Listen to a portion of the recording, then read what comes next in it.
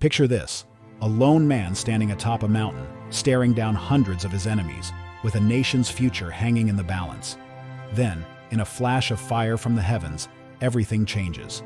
This is the story of Elijah, the prophet who defied an empire and called fire from heaven.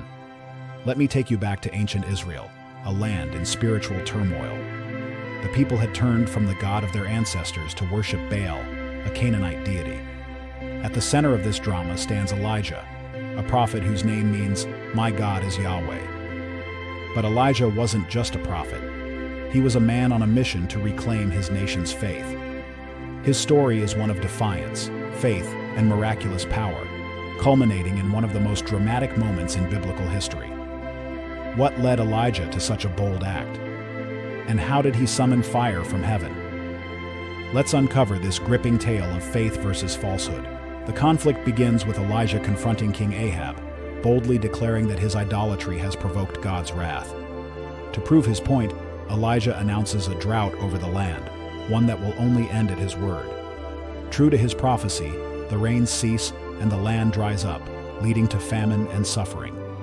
For 3 years, Elijah lives as a fugitive. First, he hides by the Kerith ravine, where ravens bring him bread and meat daily, a divine provision showing God's care even in isolation. But when the brook runs dry, Elijah moves to Zarephath, where he encounters a destitute widow. Her jar of flour and jug of oil, blessed by God, never run out, sustaining them both. This period of preparation is crucial, building Elijah's faith for the massive confrontation ahead. When the time is right, Elijah emerges from hiding and boldly challenges Ahab. Summon the people of Israel and the prophets of Baal to Mount Carmel. The challenge? A public contest to prove which God, Baal or Yahweh, is real. The stage is set for an epic showdown. Imagine the tension. 450 prophets of Baal versus one man, Elijah, who stands alone yet unwavering. Mount Carmel is alive with anticipation. On one side, the prophets of Baal begin their elaborate rituals. They chant, dance, and plead for Baal to send fire to consume their sacrifice. Hours pass. Their cries grow desperate, and they even resort to self-mutilation, spilling their own blood in a gruesome display of devotion. But nothing happens. Not a spark, not a flicker. The silence is deafening. Elijah seizes the moment. He steps forward and calls for 12 stones to rebuild the altar of Yahweh, symbolizing the unity of Israel's 12 tribes. He digs a trench around the altar and drenches the wood, the sacrifice, and even the trench itself with water, not once, but 3 times. The sacrifice is soaked, making it seemingly impossible to ignite. Then, in a moment that defines his faith, Elijah prays. His words are simple yet profound.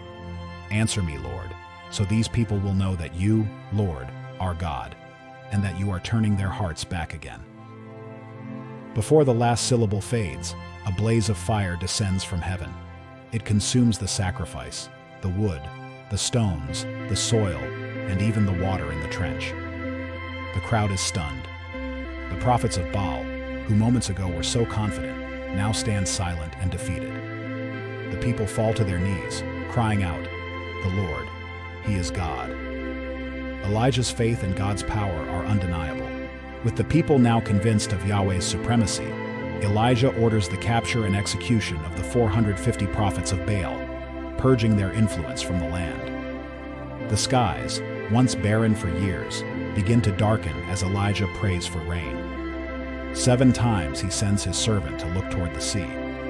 Finally, a small cloud appears on the horizon, growing rapidly into a storm. The drought is over, a testament to God's mercy and power. But Elijah's triumph is short-lived. News of the prophet's execution reaches Jezebel, and her fury is unrelenting. She swears to kill Elijah, forcing him to flee for his life. Despite his recent victory, Elijah becomes overwhelmed by fear and exhaustion. He travels into the wilderness, collapsing under a broom tree and praying for death. "I have had enough, Lord," he cries. "Take my life." Even great prophets, it seems, can feel despair. Yet God doesn't abandon Elijah. An angel appears, providing food and water to sustain him. Strengthened, Elijah journeys to Mount Horeb, where he encounters God. not in the dramatic fire or earthquake, but in a gentle whisper. This intimate moment reassures Elijah that he is not alone, and that God's work is far from finished. Elijah's life doesn't end in defeat. In fact, he becomes one of the few biblical figures to never taste death, taken up to heaven in a fiery chariot. His story resonates as a testament to unwavering faith and the power of standing firm for truth, even when outnumbered. The miracle on Mount Carmel wasn't just about fire. It was about calling a nation back to its roots, reminding them of the God who never abandoned them. Elijah's courage reminds us to trust in divine power, even when circumstances seem impossible. So, what lessons can we draw from Elijah's journey? It's about perseverance in the face of opposition, faith that doesn't waver, and the humility to rely on a power greater than ourselves. If one man's prayer can summon fire from heaven, imagine what faith can ignite in our lives today. What are your thoughts on Elijah's story? Have you ever faced a moment when faith made the impossible possible?